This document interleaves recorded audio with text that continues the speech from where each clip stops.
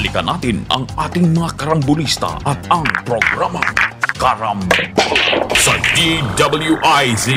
Oh! Karambola, karambola, tuwing umaga. Oh, oh, karambola, karambola.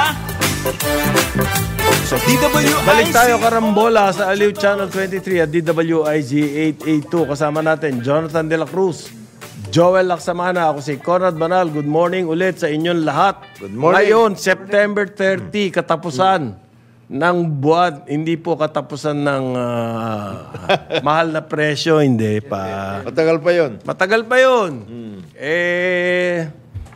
Kailangan po daw ng magkano? Ilang bilyon yung kailangan ni ilang bilyon yung kailangan niya? 93 billion? Oo. Para makapagtayo daw ng mga post-harvest. Iyon mga dream.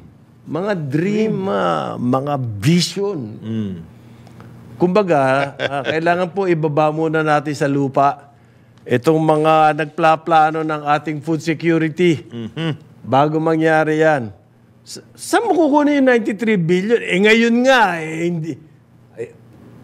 May bagong batas na approve na sa Senate at sa House tungkol sa rice tarification at iniitsapuera kayo, NFA.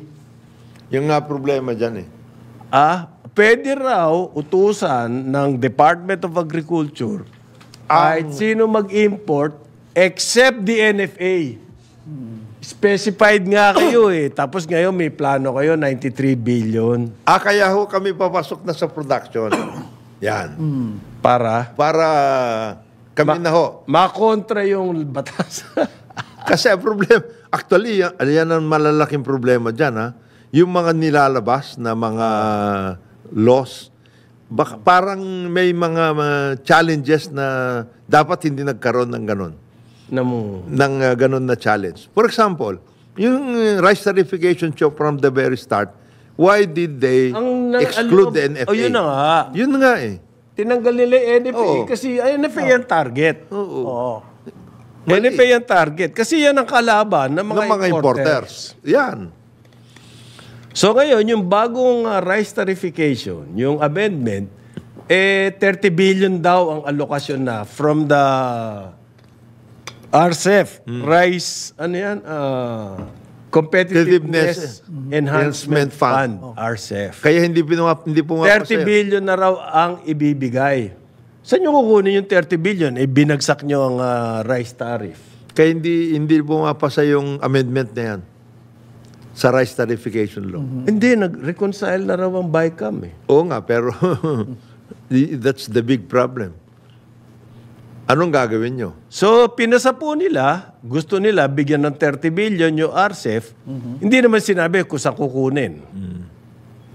Makaka-30 billion pa ba ngayon ng collection sa rice tarification?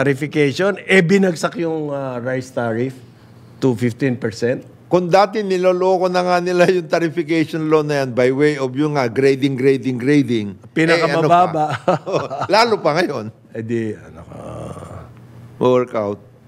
Okay. Yun ang malaking problema doon. Okay, ngayon. Kung pag-usapan itong balitang to, itong yung sa PWD. Siyempre. Ito, may mall ba? May concert. Nag-announce ang DOJ, Department of Justice, na ang express lanes para sa persons with disabilities of PWD. Teka, PWD lang? PWD lang. Wala senior? Walang senior yata rito. Okay, ano should daw? Be available in all establishments regardless of transactions. Legal opinion nila to noong September 19. So, kahit ayunan ng National Council on Disability Affairs. So, ganito po daw, may nagreklamo sa NCDA. National Council for Disabled Affairs. May nagreklamo at in-endorse nitong NCDA yung reklamo doon sa DOJ. Kaya ngayon, ang DOJ naglabas ng legal opinion. Ang pangyayari ay nagkaroon ng K-pop concert sa Ito, nakalagay na pala yung mall, pare. Pwede natin... Anong pangalan ng mall? SM Business Center sa SM San Lazaro sa Manila. So, SM yan. Alam mo, mga popular yung Yung K-pop TicketNet concert. siguro yan. Oo, may TicketNet. Now, ang nangyari, yung PWD, pumunta na lang dun sa, hindi niya inavail yung TicketNet, tumuloy siya kasi pwedeng bumili dun sa sa Priority. priority. Express. Pumunta, yung meron pong disabled, Oo. bibili siya ng ticket ng K-pop concert, pumunta siya sa SM. Oo. Pero hindi siya pumila. Pumunta siya doon sa PWD. Express lane. May express Pero lane. hindi na ginamit pala yun dahil sabi ng So, sinara yung Oo. express First lane. come, first serve po to. Para fair manner ang pagbebenta ng ticket. And Kasi in demand yung ticket. Everyone is treated equally. Kasi in demand yung ticket. Sinabi ng mall management, ang express lanes are privileges, not rights, and may not infringe upon the rights of other individuals. Nako. Mali, sabi ng DOJ. Kasi meron tayong We have to treat all buyers equally, IRR, sabi ng Republic Act 1075 or the Act Expanding the Benefits and Privileges of Persons with Disabilities stipulates that commercial and government establishments must have an express lane for PWD. Must, ha? It's a must. Must and priority. In the absence of such a lane, pag wala nung lane na yon, priority pa rin shall be given to PWDs in all transactions. Nag-argue po yung kumpanya, ang sabi nila, Hindi daw. yung express lane daw, it creates inequity of treatment. That's precisely why they are given these things, eh. Because nga, they are Talaga pong inequity. alam na natin na sila kulang nga eh. Kulang nga sa ano. They are not normal types. Kaya nga PWD. Sino kaya lawyer nitong SM? Di pahiya sila. Oo, siyempre. Kasi daw, we're favoring the PWDs over able-bodied individuals. That's the reason why they are Kaya called nga- PWDs kaya nga eh. PWD. Yung abogado, mali itong Eh, manghihingi ba ng mga... Ba't mo pinapaboran yung PWD, parin Jonat? Kawawa naman yung mga able-bodied na malalakas ang katawan. Alam mo, PWD pa lang to, wala pa yung senior citizen, hindi nabanggit dito. So, Meron ding mga ulol na ganyan. Oo. Ay, nako, ang daming ganun. Daming ganun. Diyan sa senior... Yun Ang hindi ko gusto, sabi ng opinion ng DOJ, yan daw kanilang opinion, issued only for information. oo. So, the establishments Can- may or may not honor the legal opinion issued by the DOJ. Ay, napakahina rin noon. Oo. Huwag naman ganun. Para naman PWD yung opinion. Disabled din. Anak ng tokwa. Sinabi for ano, DOJ does not provide opinions or legal advice to private individuals, even if recommended by a government agency. patay. In this case, yung NCDA, National Commission for Disabled Affairs, ang po nag-endorse nung reklamo sa DOJ, seeking legal opinion precisely to settle the matter, the issue. Tapos, yung DOJ, ganito sasabihin. Wala, nag-issue lang kami niyan, pero wala namang effect. Oo nga, parang gano'n ang lumalabas eh. Wag nyo, pwede hindi nyo sundin. Anong use ng legal opinion na yun? Napakatanga naman ito. Ay, hindi. Baka naman... Ano yun? Baka naman ano... A reference for Reference future legislation. legislation daw. Reference or It is future... only a legal opinion about the issue. So, hindi mo pwedeng mapilit at the end of the day. Yung, hindi. Yung mga mall. If it, Ganun ba? you can always cite that. And you can go to court. Okay. Ang problema- There's already a legislation. There's legislation. And the legislation says all. Yes. O ano pang legislation ang kailangan mo dyan? All. Nakalagay doon. Lahat. Lahat ng transaksyon. At Lahat. at- Kahit ba hot na hot yung concert eh. Oo. Kaya ginawa yan, pare, kasi very much in demand yun. Yung ticket na yan. Oo. So baka may mga umaangal. Bakit yun? disabled eh. Oo. At nasa batas, kailangan may Priority yan. Oo. So, sinabi na ng batas without exceptions or qualifications. Oo. At sila rin nagsabi nun. So, sinabi rin ng DOJ. Sinabi rin ng DOJ. Ang ibig sabihin ng batas, ayaw niya mag-differentiate between any kind of transaction. Yes. Kahit bahat na hat yung concert. All kinds. All kinds. Sinabi rin ng DOJ yun. Oo. So, ngayon, may kasunod. Bakit pa niyo nilagyan ng Hindi naman daw kailangan sundin yun. Matter of information lang. Sinabi nila, it's not It's issued only for information and No, but you guidance just- purposes. But you just said that it's guidance. And that you just said that, ano yan, it's all. It does not provide daw opinions even if recommended by a government agency. Ano use kaya ng legal opinion nila para sa Diyos? Para lalo tayo magkagulo? Hindi eh. Ang ano dyan, ibig niyo bang sabihin kung ako nagreklamo, ako PWD, hindi ako pinagbigyan. Marami pong PWD sa Pilipinas, by the way. Yes. At lahat po sila rehistrado. At lahat sila, meron silang card. May card. So, hindi pwedeng sabihin na hindi nila alam na PWD kasi magpipresent ng card yan. Hindi mo naman basta Pag binigyan ng priority lane. Okay? Kasi meron ako mga kamag-anak eh. Marami eh. Meron ka maski nga po sa communion. Priority rin yan. Pag naka-wheelchair, pinupuntahan pa nga pare. nung pare doon sa seat at bibigyan ng communion doon. Ganun yung intention ng batas eh. Baka na ano sila, in a sense, kasi may mga, it becomes an enforcement issue. It's not about the law. It's because it is the enforcement. Kasi kung minsan, marami rin yung mga nangunguha ng PWD card na hindi naman talaga PWD. Okay. Yun ang nagiging issue. But that is an enforcement issue. It's not about the law. The law says all. Hindi nga paano mong sisitahin ngayon yung SM? Paano mula ngayon, sasabihin mo na lang. Kailangan. Ano ba yun? Nagbebenta silang ticket? Yeah. Joel, nagbebenta sila ng ticket? Nagbebenta sila ng nagbebenta ticket. Ano nga yan eh. Depende mo pa rin sitahin. Well, Ngayon, ang gagamitin na SM, ito. anong gagamitin nila? Yan nga. Republic Act number 10754 po. Yung mga interested, no?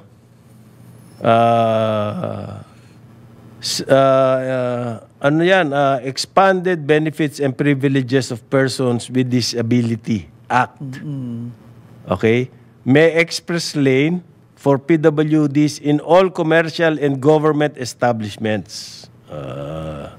Kahit na po walang express lanes, ang sabi nung batas, You still have to, bibigyan mo pa rin ng priority ang PWD. Okay, in fairness, actually, pero mahirap, in fairness to, sa SM Lazaro, maaring punong-puno, popular kasi yung Korean pop eh. Baka ang daming tao, nagkagulo-gulo na, hindi sila, parang nataranta na sila.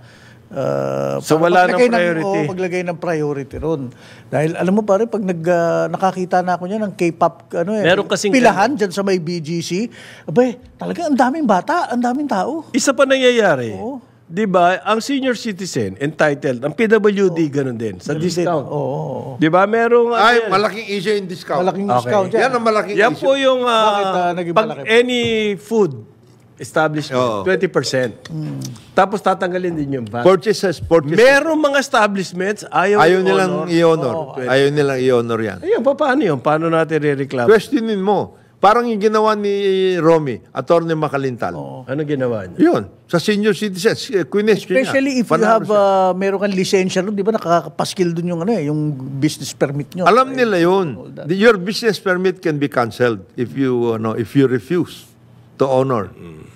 Meron talaga bata- mga, well, that's a fact of life. Hindi naman mukhang marami sila, pero merong mga ganun. Hindi, ang nagiging issue po dyan, ano yung computation? Para rin yan tarification eh. Ano yung computation mo ngayon nung discount? Kasi parang iba-iba. Oo, iba-iba nga, eh. Napapansin mo. Hindi, i-compute mo muna without the tax, yung discount, 20%. Okay. Ganun po ang computation niya. Yeah. Halimbawa, 100 yung nakuha mo, Yes. 80 ka na lang. Muna. Ganon. And then, Tapos, yung VAT hindi na rin kasama. so ibig sabihin 80... Kung ang computation nila, sinama lahat yung VAT and everything, 32. tapos kinuha yung 20%, lugi kayo ron. Dapat 32%. Dapat 32. 32. Hindi. Ano? Wala na yung VAT eh. Oo. So, exempted ka na sa VAT. Yung 100, yun lang yung pinag-uusapan dito. Sa 20%. 20% noon, kaya lang 80 lang. 20%. Yung may mga ulol, i-add mo na yung VAT at saka kukunin yung 20%. Ayun. Ayan. Hindi mas maliit yung Yung discount. discount. May mga ulol na Again, ganun. you can question that. Ha? You Oh, of can course. question that. Pero hirap makipag-away sa restaurant. Oo. Pare. Lalo na yung mga matatanda nakikita ko. Hindi na makikipag-away yun. Hindi na. Basta meron mga mandaraya rin po. Next na question, nandito na rin lang tayo sa senior citizen. Ano ba, ang senior citizen, may discount ka. This is a national thing, di ba? Bakit merong mga parking establishments, lalo na sa mall, i-recognize lang yan kung ikaw ay resident ng syudad na yon, kung nasaan yung... Paano mo patutunayan na taga-ron ka? Hindi, kung hindi ka talaga taga-ron, Paano mo nga, how will they know? Bibigay mo yung lisensya mo. yung PW card, PWD card. Ah. Andun yung Kaya address senior. mo eh. O kaya- Ngayon, kung And then local- Paranaque ka, Pasig, ang Quezon City mukhang tanggap daw lahat eh. Ang local ordinance, may local ordinances. Oo. Na sa parking, halimbawa. Depende yan eh. Kung malakas Oo nga eh. maglabi yung mga mall, hindi ipapasa ng konseho yan. Kasi mawawalan sila ng... Hindi, pero alam mo that the privileges applies in all areas. Yun na nga, national yan. National That's yan eh. across, Yan ang problema dyan. Huwag nilang gagawin local ordinance. hindi po kayo, to para lang sa contribute. mga residents po ng Paranaque o residents ng Pasay o patay residents yun. ng Pasig, ganon. Hindi pwede yung ganon. That has to be brought up and discussed kasi marami naguguluhan Hindi ho kayo entitled kasi hindi kayo taga-Pasig, parang ganon. ganon. Mali. Now, meanwhile, merong mga syudad na kapag doon ka sa syudad na yon, abay libre. Hindi talaga babayarin. Oo. Tapos, pag hindi ka taga ron, discounted lang. Sa Pasig, wala yung senior citizen libre parking. Wala. Wala kayong ganon. Wala. Sa Quezon City daw, meron. Paranaque meron. Oo. Meron. So, pag senior citizen ka, Libre ang parking mo. isa ba dyan yung libre sine? Hindi, yung once a week lang yun. Meron nga. Meron. Pero hindi lahat ng cities, Meron? meron gano'n. Hindi ko alam. Depende sa Akala ko lahat ordinance meron, po. oo. Yun na nga nakakatawa dito sa Metro Manila eh. Iba-iba. Hindi mo alam. Iba-iba. Hindi mo Iba-iba. Ayusin niya ng MMDA. walang- Ha? MMDA ba? Uy, hindi na siya acting. Hindi na siya acting, Hindi na siya acting like. Yung senior privileges applies to all. Ngayon yung tungkol sa parking, tama yun, local ordinance. Ngayon, kung magbabayad ka, kung gusto mong gamitin yung senior citizen mo sa pagbabayad, Discounted. mag-discount ka. Parang ganon. Sa parking? Sa parking. Hindi nila ino-honor. Yun ang problema. Bakit ganon? Oo. Because that's also a service. Ino-honor yan, butika. Maski sa palengke nga, hindi. Sa grocery, kung agricultural goods lang yung bibilin mo. Yung mga, halimbawa, delata, hindi po kasama. Ba't ganon? Ha? Mali eh. I don't think that's Hindi. Malakas ang labi ng supermarket. Yung nga ang problema ko. Because that is a concession that's supposed to be given on all goods and services eh. Here's the, yung argument dyan. Okay. Yung mga senior citizen, nanilbihan na sa bayan niya na napakatagal. Kaya naman binibigyan natin sila. Oo, all their working lives. Nagbayad ng Nag-contribute na sila. tax and everything. So sabi ng Estado, bigyan naman natin sila ng konting konsuelo. Kaya ibinigay niya ang senior Senior citizen citizen law. discount. Oo, discount. Ngayon, yung mga establishments, nakakabawas daw sa profits nila yon. Alam natin. Kaya ayaw nilang i-honor. Oo. Pero ganito naman yung sinasabi nung mga senior citizens offices. Yung halimbawa, yung VAT, binabawas nyo rin yan sa ibabayad nyo sa gobyerno. Oo. Kaya kayo may privileges na kayo. Kaya nila nililista yan. Kapag nagpa-discount po kayo, senior citizen kayo, bibigay nyo yung ID nyo at ililista yung numero. Discounted yun. Kasi yun, ibig sabihin nung pag chinek sila ng BIR, bakit ka nagbabawas ng sino-sino? Pwedeng i-check kung totoo mga senior citizen nga ba yung inyong binawasan ng tax. In other words, yung binawas pong tax na VAT, ibabawas nila din yan doon sa babayaran nilang VAT. Hindi na nila babayaran yung VAT. Kumbaga, hindi naman nila aabunuhan. Kaya nagpribilehyo kayo din doon. Yung, alimbawa, yung 10 pesos na VAT ni Jonathan, ako establishment, hindi ako magbabayad noon. Ipa-minus nyo rin po Minus na yun, libre na yun eh. So, wala silang... Zero sum. ang yung discount lang doon sa actual price ng gamot. Kung 20% yan, mas mahigit pa dyan ang margin naman nila eh. Di ba? Sa totoo lang. Okay. Pero yung mga dilata raw, hindi kaya. Yan ang hindi natin alam. Kasi nga, meron daw gumagamit ng senior citizen card para bilhin para hindi naman sa senior citizen. pinabili. Misuse of the privilege. Kaya napakahirap daw pong implement. Kaya may nauso yung pare, meron kang tawag ito booklet. Yes. May booklet sa Miko, grocery at saka sa... At Miko, hindi, ang grocery hindi kasama eh. Meron. May booklet ang grocery. Lang, yung farm goods lang sa grocery. Okay, farm goods lang. Oo. Tapos matagal na matagal, pupunta pa sila doon sa padi-discount and everything. Tapos ang madi-discount mo, mga 7 pesos, mga ganon. Kaya yung mga ibang senior citizen po, hindi na lang pinapansin. Hindi na lang papadiscount. Ang talagang pakinabang nila dyan sa restaurant, marami naman senior citizen na hindi nagre-restaurant. Oo. So, anong use nun? Or, restaurant, yung eating places, yung tinatawag na, gamot. Sa gamot, talaga mataas naman ang margin yan eh. Super mataas. Okay. So, sa pagkain po, doon lang nagagamit yun. Pero hindi nga nagagamit ng gusto. Pero anyway, gusto ko lang magitin to. Okay. Naglabas ng statement, comment, ang FFF na naman, na National Director nila, si Raul Montemayor, tungkol dito sa sinasabi pong meron daw 5 billion. Under the Rice Tarification Law, merong 5 billion na i-set aside, hindi kasama yung bigas dito. Yung bigas kasi 15 billion. Yung rice procurement. Okay.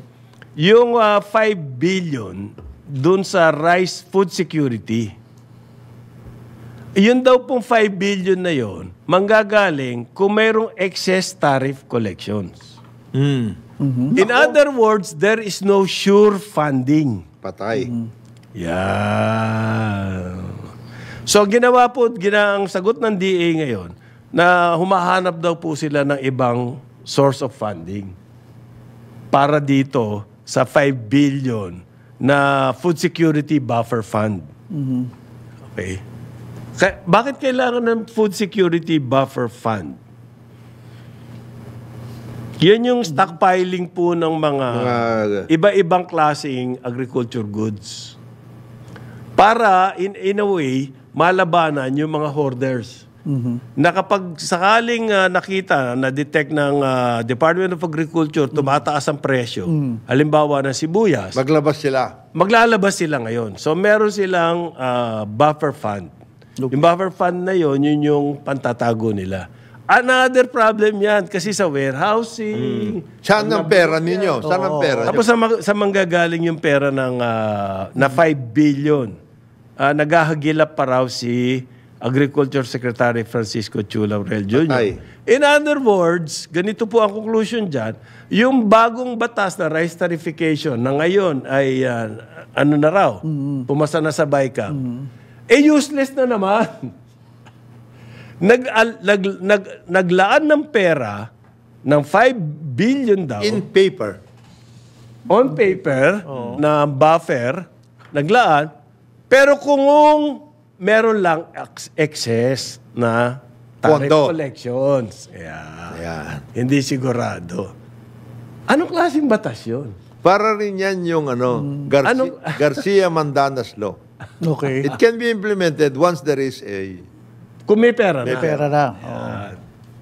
So ito, sigurado walang pera dahil nga binawasan yung tarifa Unless we will import everything. ba't nagpasa pa kayo ng batas? Yun ang tinatanong ngayon ng mga farmers. Raul, Wala naman pala siguradong pondo.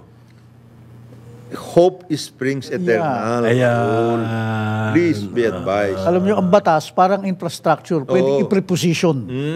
Preposition muna dyan. Prepositioning yan. Yan. Sa marami pa daw po dapat i-sort out, sabi ng FFF. Pare, tapos na yung batas Tapasan na nila yung batas na useless. Hindi nga kayo pinakinggan naman doon. mangyayari. Di ba na sinasabi natin na... Lahat ng gusto nila. Lahat ng gusto hindi nila. naman, Hindi naman Yan ang sinama problema dyan. dyan. Ayan. Hindi, kasi nakaberkada ba kayo? Kaya, May Magkamerkado kinalaman ka. ba yun, Marie? meron. Siyempre. Malaking bagay yun. Pakikinggan ka ng mga senador kung Mahal naka-Amerikano. ang Amerikana 9:31 ng umaga, Karambol, 3 at DWIC 882. Karambola sa DWIZ. Carambola, carambola, tuwing umaga. Carambola. Balik tayo, Karambola, sa Aliw Channel 23 at DWIZ 882. Kasama natin, Jonathan De La Cruz, Joel Laksamana. Ako si Conrad Banal. Good morning ulit sa inyo ngayon. Morning. September 30. Ito. Last day before filing. Filing na bukas Ay. So, wala raw extension ng registration ng mga voters, sabi ng COMELEC. Sino tinakot mo? Yung mga merong masasamantalang ka, matagal na nakapag-rehistro yun. Yung mga honest to goodness na nagkaroon lang ng masyadong very hectic schedule, yun yung magle-late registration ng voters. Pero yun ang i-echapwera ng COMELEC. Di ba? Wawalain Ha? Wawalain. Wala na raw. Wala nang pag-asa napaka-hectic na schedule mo. Pasensya ka. Hindi ka na makakaboto. Pero yung may mga nakapag-set up na ng mga flying voters, Chairman, tapos na yun. Nakapag-rehistro na yun. Alam din ni Chairman yun. Ganon. Kaya yung meron naman even if mayroong ganyan na mga formula, meron silang inclusion and May balita na magkakabalasahan daw dyan sa COMELEC. Meron? Kaya yun. Balita, meron daw...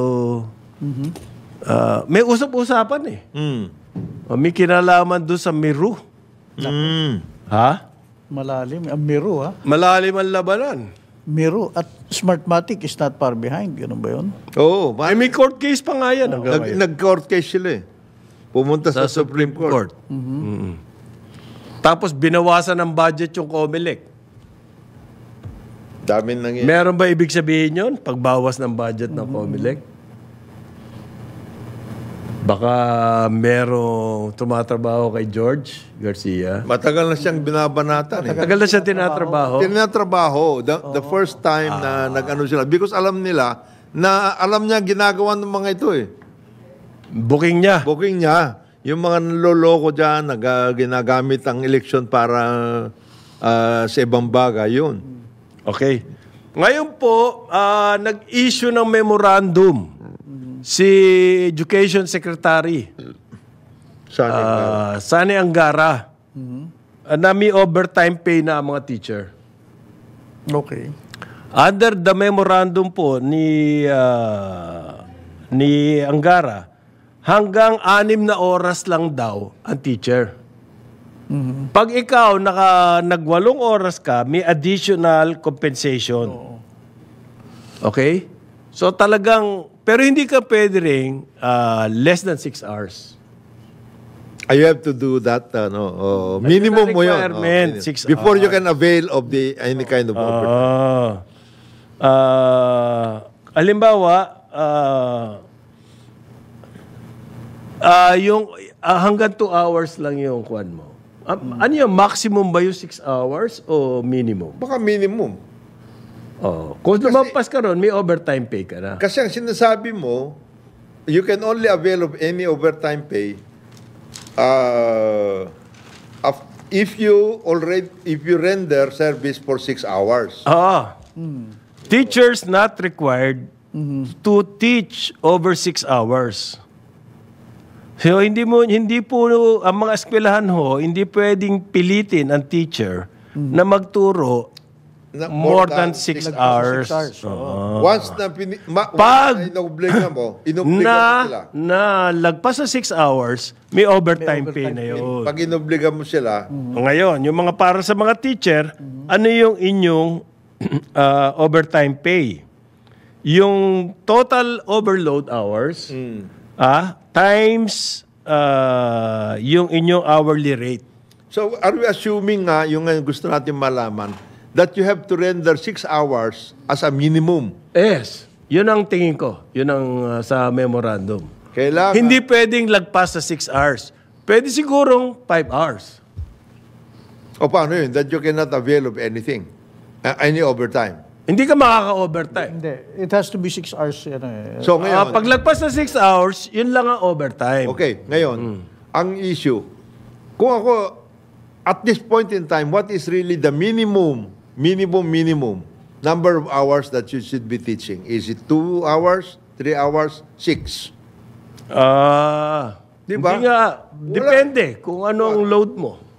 Kaya nga, Ano dapat yung standard? will you still be eligible as a teacher to get your ordinary compensation, yung regular compensation mo, if you only render 1 hour?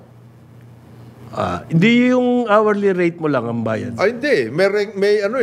May regular eh. Dapat 6 hours. No. Pag ikaw teacher 1, meron ka na. Permanent position yun eh. So, kahit ilang oras ka lang, Yun ang gusto kong malaman. kahit ilang oras ka lang, yun din yung bayad Yun din sa'yo. yung bayad mo. Ay, hindi ka naman siguro bibigyan ng less than 6 hours na Oo. teaching load. No, but you have to say so. Specify that. Oo. Hindi kasi yung memorandum ni Tungkol Secretary sa overtime. Angara, tungkol lang sa overload. Overtime, yes. Oo. Yung sinasabi ni Jonathan, What paano is yung the regular load? law? What is Yung the regular load? What is the regular Ayan. load? Okay. Yun ang gusto natin maintindihan. If I only rendered 1 hour because mahirap yung subject ko, for example, physics, ganyan, am I still... is Pero that a regular thing? ayaw din ng mga teachers yung memorandum. Na may bayad yung overload. Kasi daw, instead of easing the load of the teachers, parang yung memorandum nitong si Secretary, Angara. you're Obliga- encouraging them To work more than the required. Ayan. Kasi may overtime pay. Kaya ayaw ng mga teachers. So, saan ka lulugar? You would like the additional income, di ba? Kung tutusin. Mas burden daw yan. Okay. Kahit may additional pay. No, but you are not obliged nga eh. Kasi ang ganito, this is where they coming from. At present, ang kanilang Work. sinasabi, ang kanilang posisyon, overworked ang teacher. Na sila. Kahit 6 hours, overworked na yan. As far as they are concerned. And I think they have a point. Kasi, Mahirap magturo yung 6 hours na nakatayo ka sa classroom, napakahirap po nun. But in actuality, hindi lang 6 hours ang binigay mo ron. Why? Nag-prepare ka ng lesson plan. Yes. Magko-correct ka ng papers. Lahat. Yeah. So, mas marami. overburdened na raw.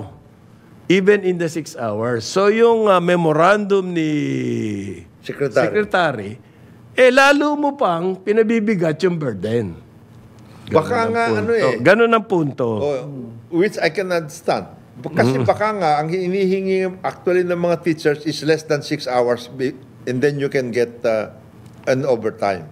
Baka ganun Aha. Kasi you should incorporate in the working hours yung preparation of lesson plan and then yung teaching itself as teaching and then correcting the papers. Baka ganun Hindi natin maintindihan yan. By the way, that 6 hours, ano ba yan? Non-stop na tuloy-tuloy. That's mabigat yan, ha? Yung 6 hours, pare, teaching lang yun. In the classroom. Even if it is, mabigat pa rin Mabigat yun. Because that's about, isang class is what? 40 minutes, 45 minutes? So, ano? 6 classes. 6 classes na sunod-sunod. Medyo mabigat din yun. 6 to 9 classes. Kasi kung 45 minutes. Mabigat yan. Mabigat. Talagang mabigat yun. Tsaka ganito raw. Para maka 6 hours ka, kailangan tumira ka ng mga klase na wala sa iyong grade level. Halimbawa, ikaw pang grade 5. 1, 2, yan. Ang grade 5 po, may mga teacher na yan for English. Ilan na section ng grade 5 for English?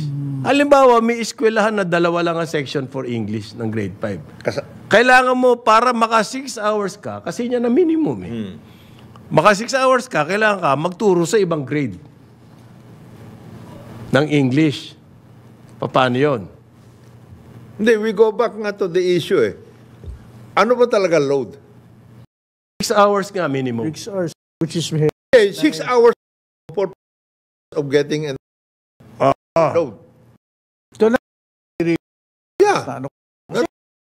Hindi, sa required teach 6 hours daily. So that is the minimum. That's heavy. Mabigat. Remember, a lot of these Kaya classes, nagreklamo. Kaya nagre-rely ako. a lot of these classes, 45 to 60 students Pare. pa nga yung mga Burden na nga. Burden talaga yan. Baka kailangan pag-aralan ni... Yun na nga. That, Sabi nyo, may mga non-teaching duties. Budi. Ari. kaya nga Parang there was no thought given all. to Memo. Sige nga, ng 6 hours, maski na ibang grading, mas mahirap pa yung ibang grade. Kasi Ka ng grade Oh, dahil you have to kung adjust. hindi available dun sa... Sana kung halimbawa sa malaking eskwelahan ka, na 10 section, yan, kaya-kaya mo yan. So, mga The same dalawang grade, teacher same kayo. grade level. Pero kung maliit lang na school, 6 hours ka. Yan.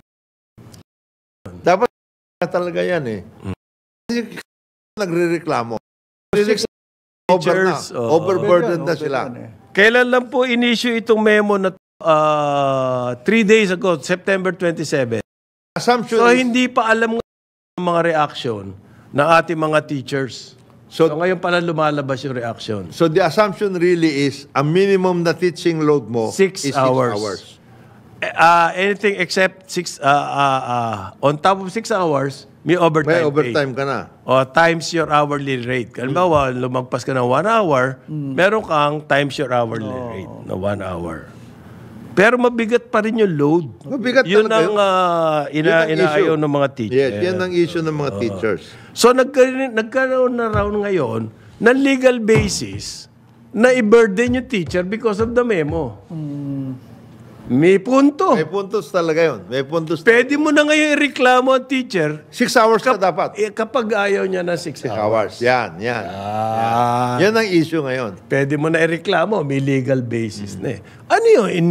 Intended ban by Secretary Angara? Baka hindi naman. Ano yan? Kulang sa teachers kaya mo binibigyan ng 6 hours? What is it? Di kumuha ng bagong teacher. Kaya nga, what is the rationale for this?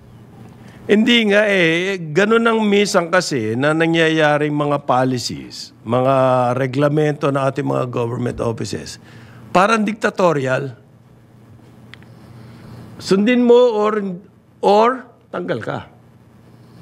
Parang yung jeep, yung modernization ng modernization. PUB modernization. Ito requirement namin eh. Dapat Kung ayaw mo sumali, pasensya ka, di ka kasali. nagkaroon kayo ng usap-usapan. Pare, kailangan natin modernization, ha? Ito ang mga kailangan. Hindi mo pinaghandaan yung mga data mo. Paano lahat. Hindi mo inayos lahat ng data. Wala. Puta. You didn't even go to the real situation on the ground. Patay ka. Meron daw ganitong opinion dyan, parin Jonat. Yung modernization. Ang gusto daw nung mga ibang ayaw sumali doon sa consolidation, namamahalan sila doon sa imported na electric vehicle. na bibilin. Gusto nila bumili na lang ng local. Wala naman local production. Meron ngayon nagpresenta mga local companies like Francisco Motor. Francisco yan, Motors. Ito daw ang naging problema. Ito yung nabalitaan ko lang na insider. Wala naman daw kapital yun. Sa kukuha ng kapital. Ang sabi daw, kailangan yung government, kapital lang kami.